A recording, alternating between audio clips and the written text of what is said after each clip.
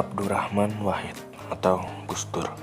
Abdurrahman Wahid lahir dengan nama Abdurrahman Adakil 7 September tahun 1940 dan wafat pada tanggal 30 Desember tahun 2009, atau yang akrab disapa Gus Dur adalah tokoh muslim Indonesia dan pemimpin politik yang menjadi Presiden Indonesia yang keempat dari tahun 1999 hingga tahun 2001. Ia menggantikan Presiden B.J. Habibie setelah dipilih oleh Majelis Permusyawaratan Rakyat hasil pemilu 1999. Meski jabatannya hanya berlangsung 18 bulan, perkembangan ekonomi dan politik pada masa pemerintahan Gus Dur cukup signifikan. Mengutip sejumlah pemberitaan, berikut sejumlah kebijakan Gus Dur dalam bidang politik. Yang pertama, memisahkan TNI dengan Polri. Yang kedua, membubarkan Departemen Penerangan dan Departemen Sosial karena tak bekerja dengan baik. Yang ketiga, mengganti nama Irian Jaya menjadi Papua. Yang keempat, mengakui Konghucu dan menjadikan Imlek Hari Nasional. Yang kelima, mencabut larangan terhadap PKI dan penyebaran Marxisme dan Leninisme. Yang terakhir, menerapkan otonomi daerah. Dalam bidang ekonomi, yang pertama melawan tekanan IMF. Yang kedua, perekonomian tumbuh positif untuk pertama kali sejak reformasi. Dan yang terakhir, ketimpangan turun. Di era Abdurrahman Wahid yang singkat, sejumlah konflik sosial yang selalu menjadi masalah di Indonesia berhasil diredam. Di Aceh dan Papua misalnya, pendekatan Gus Dur berhasil menahan gelombang separatisme tanpa kekerasan militer. Gus Durlah presiden yang berperan membubarkan praktik dui fungsi ABRI.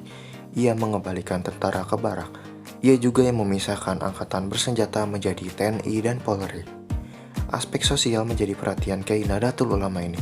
Berkat Gus Dur, tahun baru Imlek yang dilarang pada masa kolonial Belanda dan dipersulit di era Soeharto kembali menjadi hari libur nasional yang dirayakan. Ia juga yang mengakui Konghucu sebagai tambahan agama yang diakui di Indonesia. Gus Dur juga sempat memperjuangkan nasib para tahanan politik dan mereka yang selama ini didiskriminasikan akibat larangan PKI meskipun tak berhasil. Bagi para tenaga kerja Indonesia atau TKI di luar negeri, Gus Dur adalah pahlawan. Ia menyelamatkan Siti Zainab dan Aci Asnawi yang akan dihukum gantung di Arab Saudi dan Malaysia. Bahkan, setelah tak menjadi presiden, Gus Dur juga pernah menampung 81 TKI yang dideportasi dari Malaysia di rumahnya di Ciganjur pada tahun 2005. Arah peningkatan ekonomi di era Gus Dur juga sangat baik. Tak cuma PNS yang merasakan kenaikan gaji hingga 3 kali lipat, rakyat Indonesia juga merasakan pertumbuhan ekonomi yang baik di era Gus Dur. Pertumbuhan ekonomi yang berada di -3 saat ditinggalkan Habibie tumbuh hingga 4,9% di tahun 2000. Yang lebih penting, pertumbuhan ekonomi ini dibagi merata. Sebelum krisis ekonomi 1997, indeks ketimpangan atau rasio Gini sangat tinggi. Gus Dur yang tak menginginkan kesenjangan jadi akar konflik sosial, berhasil menurunkan rasio Gini hingga 0,31 atau terendah dalam 50 tahun terakhir. Terdekat dengan pencapaian ini hanya era Soeharto pada tahun 1993 dengan Gini rasio 0,32. Bedanya, Soeharto perlu 25 tahun untuk menurunkan Gini rasio hingga ke angka 0,32 pada tahun 1993. Sedangkan Gus Dur hanya perlu kurang dari 2 tahun untuk menurunkan konvensiasi Gini rasio dari 0,37 pada tahun 1999 ke angka 0,31 pada tahun 2001. Selanjutnya adalah kelebihan dan kekurangan di era Abdurrahman Wahid. Yang pertama di bidang politik. Kelebihan, yang pertama membentuk Kabinet Persatuan Nasional, yang kedua sering melakukan perjalanan luar negeri dengan tujuan menjalin kerjasama dengan negara lain, menarik investasi, menerima penghargaan, berobat sekaligus menghadiri berbagai forum dunia seperti Forum Ekonomi Dunia atau Pertemuan Negara G77. Yang ketiga, politik luar negeri yang bebas aktif. Dengan kunjungan ke luar negeri sebenarnya merupakan pemborosan, akan tetapi ini dilakukan untuk mengangkat citra negara Indonesia. Akibat rejim Pak Soeharto, citra Indonesia dikenal sebagai negara totaliter dengan tingkat demokratisasi yang rendah. Untuk mengatasi hal tersebut, Presiden Gus Dur melakukan kunjungan ke negara-negara yang tergabung dalam ASEAN, Afrika, Eropa, hingga benua Amerika. Karena kunjungan ini politik bebas aktif begitu kentara.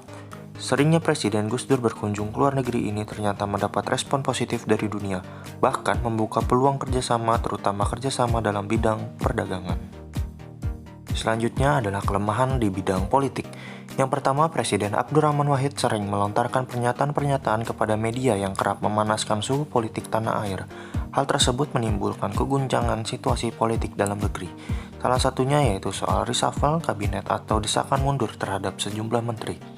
Yang kedua, rendahnya tingkat popularitas Gus Dur.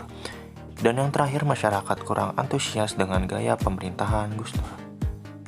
Selanjutnya di bidang ekonomi, kelebihan. Yang pertama, memberikan kebebasan seluas-luasnya kepada setiap suku, terutama Tionghoa yang notabene banyak berkecimpung di bidang ekonomi dengan seluas-luasnya. Yang kedua, berani bersikap dan tegas juga pada sektor-sektor ekonomi. Dan kelemahan, yang pertama, keterbatasan fisik sehingga performa beliau dalam memimpin negeri ini kurang maksimal, yang berimbas pada bidang ekonomi. Yang kedua, seringnya melakukan perjalanan luar negeri sehingga dianggap menghaburkan APBN. Selanjutnya di bidang sosial, kelebihan dapat menciptakan kehidupan rukun antar umat beragama dan antar suku di Indonesia. Kelemahan, ada banyak pengangguran di Indonesia, sekitar 13,7 juta penganggur. Selanjutnya di bidang budaya, kelebihan. Untuk mengatasi masalah disintegrasi dan konflik antar umat beragama, Gus Dur memberikan kebebasan dalam kehidupan bermasyarakat dan beragama.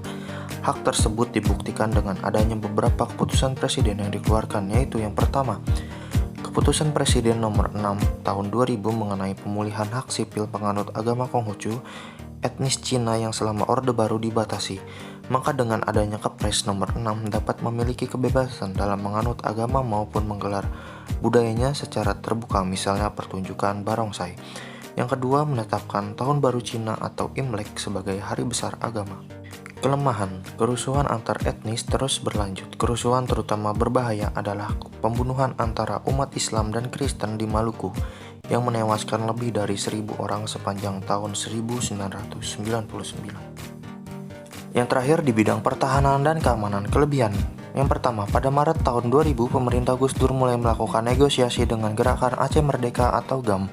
2 bulan kemudian, pemerintah menandatangani nota kesepahaman dengan GAM hingga awal tahun 2001. Saat kedua penandatanganan akan melanggar persetujuan, Gus Dur juga mengusulkan agar TAP MPRS nomor 29 MPR tahun 1966 yang melarang Marxisme-Leninisme dicabut. Yang kedua, Gus Dur memberikan Aceh referendum, namun referendum ini menentukan otonomi dan bukan kemerdekaan seperti referendum Timur Timur. Gus Dur juga ingin mengadopsi pendekatan yang lebih lembut terhadap Aceh dengan mengurangi jumlah personil militer di negeri Serambi Mekah tersebut.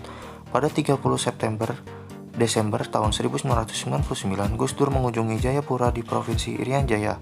Selama kunjungannya, Abdurrahman Wahid berhasil meyakinkan pemimpin-pemimpin Papua bahwa ia mendorong penggunaan nama Papua. Kelemahan akibat restrukturisasi lembaga pemerintahan menyebabkan kondisi politik yang tidak stabil atau sering terjadi pertentangan antar partai, bahkan pertentangan interpartai. Mungkin hanya itu yang bisa saya sampaikan. Kurang lebihnya saya mohon maaf. Wabillahi taufiq wal hidayah. Wassalamualaikum warahmatullahi wabarakatuh.